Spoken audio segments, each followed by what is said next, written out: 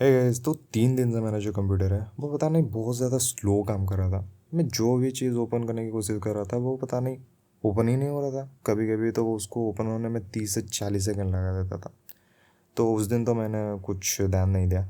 और आज जब मैं मेरे कंप्यूटर को ओपन करने के लिए स्विच ऑन किया, मेरा जो सीपीयू है वो ऑन था, पर मेरा जो मॉनिटर है वो भी ऑन था, पर उस पर कुछ नहीं आ रहा था।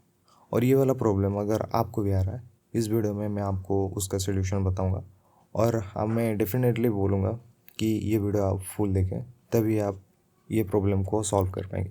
तो without wasting any more time, let's start this video.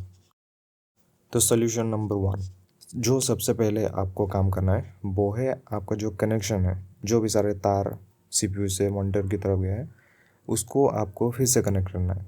क्योंकि कभी कभी ये होता है कि वो लूज़ हो जाता है, जिसके वजह से वो पावर ठीक से डिलीवर नहीं कर पाता, उसके वजह से पावर भी ठीक से नहीं आ पाता। तो आपको उससे ठीक तरह से कनेक्ट करना है।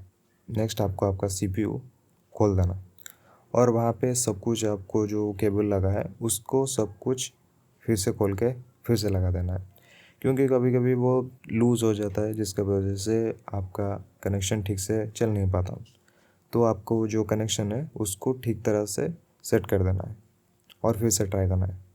सेकेंडरी जो आपको करना है वो है आपका जो राम है उसको खोल के साफ़ कर देना है। क्योंकि कभी कभी वो रस्टिंग लग जाता है, वो उसका जो स्ट्रिप होता है उस पर जब रस्टिंग लग जाता है तो ठीक से वो काम नहीं कर पाता, जिसके वजह से मॉनिटर में डिस्प्ले नहीं आ पाता।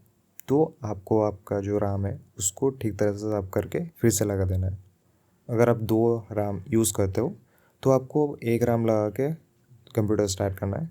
क्योंकि कभी कभी ये होता है कि 1 RAM ख़राब हो जाता है तो दूसरा सही होता है, या फिर कभी कभी दो ही काम नहीं करता, तो उसका वजह से ये वाला प्रॉब्लम आ सकता है। तो मेक श्योर कि आप लोग एक निकाल के एक चेक करो। अगर दोनों चल रहा है तो वेरी गुड, अगर दोनों नहीं चल रहा है तो आपको राम चेंज करना पड़ेगा। थर्ड ट्रिक जो आपको करना है, जो आपका एस है, जो PSU या फिर एस आप जो भी बोलते हो उसको आपको ठीक से चेक करना है। क्योंकि कभी कभी ये होता है पावर फ्लक्चुएशन की वजह से आपका जो कनेक्शन है वो ब्रेक हो जाता है। तो आपको ये देखना है कि उसके अंदर जो फ़ैन है वो घूम रहा है कि नहीं। कभी कभी अगर वो ख़राब हो जाता है तो उसकी वजह से आपका PSU ठीक से काम नहीं कर पाता, तो आपको उससे भी ठीक से चेक करना है। फोर्थ ट्रिक, तो यहाँ पे आपको ये चेक करना है कि आपका जो मदरबोर्ड है क्या उस पर कोई बर्निंग का स्मेल आ रहा है। अगर बर्निंग का स्मेल आ रहा है तो तुरंत आप इस आपका कनेक्शन आपको बंद करना है। क्योंकि अगर आप बर्निंग का स्मेल आ रहा है और फिर भी आपने कनेक्शन लगा के रखा है तो आपका CPU ख़राब हो सकता है टोटल। और एक कंपोनेंट अगर ख़राब हो जाए तो दूसरे को भी अफेक्ट कर सकता है। तो अगर आपका बर्निंग का स्मेल आ रहा है तो मेक श्योर कि आप लोग पहले आपका कनेक्शन बंद कीजिए और चेक कीजिए कि कहाँ पे प्रॉब्लम ये आ रहा है। फिफ्थ ट्रिक, आपको आपका जो CPU के ऊपर जो फ़ैन लगा है, स्टॉक कूलर आप अगर यूज़ करते हो या फिर थर्ड पार्टी कूलर आप यूज़ करते हो, वो ठीक से घूम रहा है कि नहीं। क्योंकि कभी कभी ये होता है जो अगर आप स्टॉक कूलर यूज़ करते हो तो वो तो मिनिमम 2 से 3 साल तो आराम से चल जाएगा। अगर आप third party CPU fan use करते हो तो आपको मेक श्योर कि 2 या 3 महीने में एक बार आपका CPU फ़ैन को चेक कर देना है। तो थर्ड पार्टी के जो CPU फ़ैन होते हैं उनका क्वालिटी उतना अच्छा नहीं होता जितना आपका जो स्टॉक कूलर है वो प्रोवाइड करता है।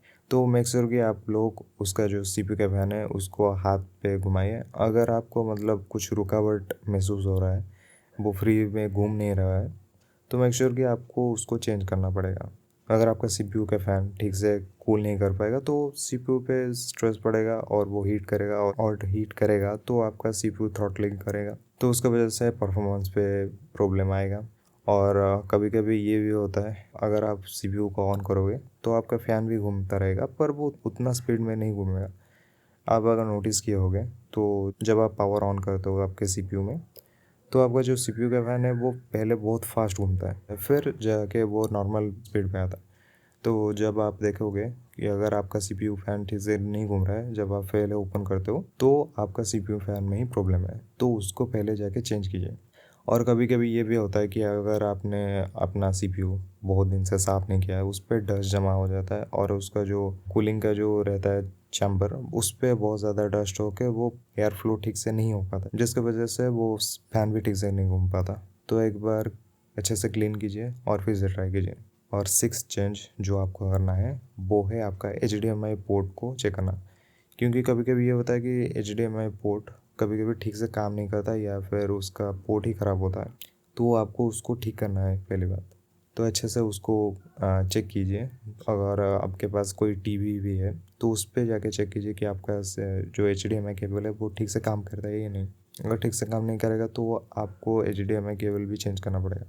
तो ऐसा भी जो मैंने 6 ट्रिक आपको बताया, आप पहले उन सबको ट्राई कीजिए। अगर नहीं हो रहा है मुझे कमेंट करके बताएं, मैं आपको और कुछ ट्रिक के बारे में बताऊंगा।